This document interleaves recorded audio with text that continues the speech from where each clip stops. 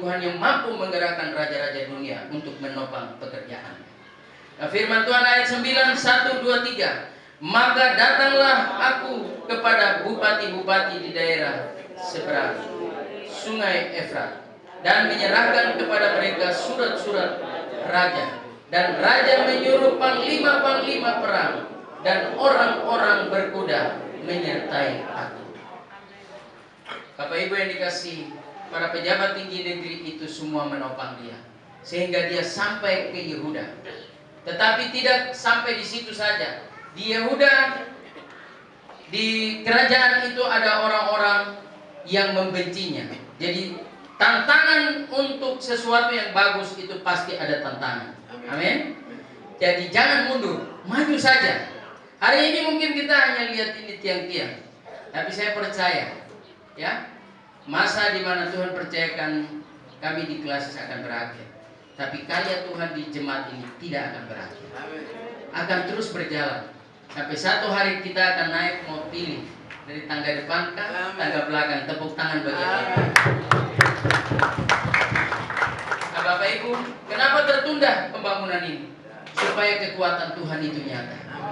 Orang-orang kuat sudah pergi semua, tinggal mahasiswa-mahasiswa yang ada sama mama-mama janda. Tetapi percayalah, Tuhan pemilik langit ada di sini. Berikan kemuliaan bagi Allah. Kayak sebab kurang tepuk tangan ini. Rasa semangat kan? Berikan kemuliaan yang dia karena dia yang akan membangun, bukan kita. Dia yang akan membangun, dia yang punya berkat, dia yang akan menggerakkan semua orang untuk memberi kepada kita. Oleh sebab itu jangan kau pikir bahwa hitung-hitung uang recehan di kau punya saku dan kau bilang saya tidak mampu. Jangan, saudara. Karena Tuhan bergerak itu bukan ada di saku kita, tetapi ada di sorga dan di hati dan di hidup. Amin. Dan Bapak Ibu yang dikasihi dalam nama Tuhan Yesus Kristus, tantangan yang luar biasa itu datang di ayat yang ke-10.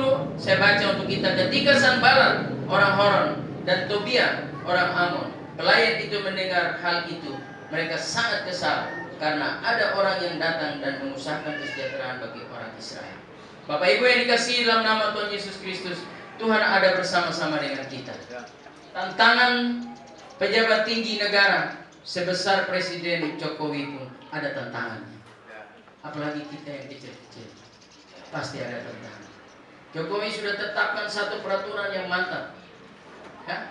Secara resmi Presiden tertinggi berarti sudah tidak goyah lagi. Tapi hebatnya rakyat, protes dari rakyat, Presiden Jokowi memutuskan untuk keputusan itu ditarik. Tepuk tangan bagi Allah. Yang itu akan terjadi bagi rakyat, sehingga suara rakyat ditopang oleh suara Tuhan, sehingga penghapusan tentang peraturan tentang minuman miras itu ditolong oleh Tuhan untuk dihapuskan. Nah, Bapak Ibu yang dikasihi dalam nama Tuhan Yesus Kristus, demikian juga dengan Nehemia. Dia mendapat tantangan yang luar biasa, tetapi Tuhan menolong dia untuk melewati. Sanbalat, saya catat di sini ada 3 orang ini. Satu orang Horon itu Sanbalat, satu orang Amon itu Tobia.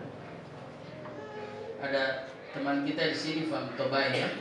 Mungkin dong satu rumpun. Ya. Dan yang satu lagi Geshem orang Arab, ya. Semua asli Timur Tengah. Mereka tantang Nehemia, tapi Nehemia tetap punya semangat untuk hadir dan menjadi berkat bagi bangsanya. Nah, Bapak Ibu yang dikasihi dalam nama Tuhan Yesus Kristus, bagian yang berikut kita lihat bersama dalam ayat 17. Ayat 17, firman Tuhan berkata kepada kita di ayat 17 pasal yang kedua. Sama-sama kita baca, menjadi sukacita surgawi bagi kita. 1, 2, 3. Berkatalah aku kepada mereka, kamu lihat kemelangan yang kita alami, yakni Yerusalem telah menjadi reruntuhan dan pintu-pintu gerbangnya telah terbakar. Mari kita bangun kembali tembok Yerusalem supaya kita tidak lagi dicela. Ada semangat. Nehemia bagi semangat itu kepada orang-orang muda di Yerusalem. Dan waktu mereka tangkap semangat itu, mereka sama-sama maju. Bapak Ibu yang dikasihi oleh Tuhan Yesus Kristus, jemaat bisa mengalami tantangan. Tiap-tiap pribadi kita bisa mengalami tantangan. Tetapi waktu Nehemia dia lihat Tuhan terlalu kuat. Tuhan terlalu kuat, tantangan terlalu kecil. Kalau ada masalah dalam kehidupan kita, jangan sampai masalah itu kuasai kita. Ada dosa dalam kehidupan kita, jangan sampai dosa itu membuat kita tenggelam dan kita lupa untuk berbalik ikut Tuhan. Karena pada waktu kita ikut Tuhan, ada kekuatan yang baru. Hal yang berikutnya yang dicatat di dalam ayat 17 adalah belajar untuk membagi pergumulan kita. Jangan pergumulan itu kita tanggung sendiri. Bagi supaya ada banyak orang yang berdoa bagi kita. Kita kumpul hari ini adalah berbagi beban. Supaya apa? Supaya banyak orang berdoa, banyak orang mengulurkan tangan. Maka apa yang kita gumuli cepat selesai. Bapak Ibu yang dikasihi dalam nama Yesus Kristus, kalau kita tidak baca ayat ini rugi sekali. Mari kita lihat di ayat yang terakhir, ayatnya yang ke-20. Kita baca sama-sama ayat 19 dulu. Ayat 19 pasal 2 Nehemia. Sama-sama 1, 2, 3. Ketika Sanballat orang Horon dan Tobia orang Ammon pelayan itu dan Gesem orang Arab mendengar itu, mereka mengolok-olokkan dan menghina kamu. Kata mereka, apa yang kamu lakukan itu? Apa kamu mau berontak terhadap raja? Ayat 20 sama-sama 1, 2, 3. Aku menjawab mereka, kataku, Allah semesta langit, dialah yang membuat kami berhasil. Kami hamba-hambanya telah siap untuk membangun, tetapi kamu tak punya bagian atau hak dan tidak akan diingat di Yerusalem. Bapak Ibu yang dikasih, kalau ada tantangan, anggap angin berlalu. Ya. Kalau engkau sedang ada terpuruk imanmu, bangkit. Tema kita katakan bahwa bangkit, bangkit, bangun, bangun. Kalau terpuruk iman, jangan jauh dari Tuhan. Datang kepada Tuhan. Engkau pasti ditolong Tuhan. Engkau akan dikuatkan oleh Tuhan untuk melihat bahwa Tuhan terlalu besar. Dari apa yang engkau pikirkan, engkau sedang terpuruk. Tuhan terlalu besar. Apa yang dialami oleh bangsa Israel, di mana Nehemia melihat pintu gerbang telah runtuh, terbakar hangus, tembok sudah rubuh. Siapa lagi yang bisa berharap? Tembok itu benteng. Zaman dulu itu kalau benteng itu tidak rubuh, itu rakyat itu rasa tenang, aman, jalan-jalan, makan-makan. Tapi kalau tembok itu sudah rubuh, terkocar-kacirlah rakyat di dalam.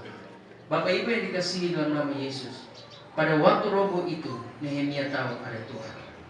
Pada waktu pintu gerbang terbakar itu Nehemia tahu ada Tuhan. Bapak Ibu yang dikasihi, di dalam keadaan nol, tahulah bahwa ada Tuhan. Sebaut tidak nol. Yang tiang kokoh kekar ini sudah berdiri.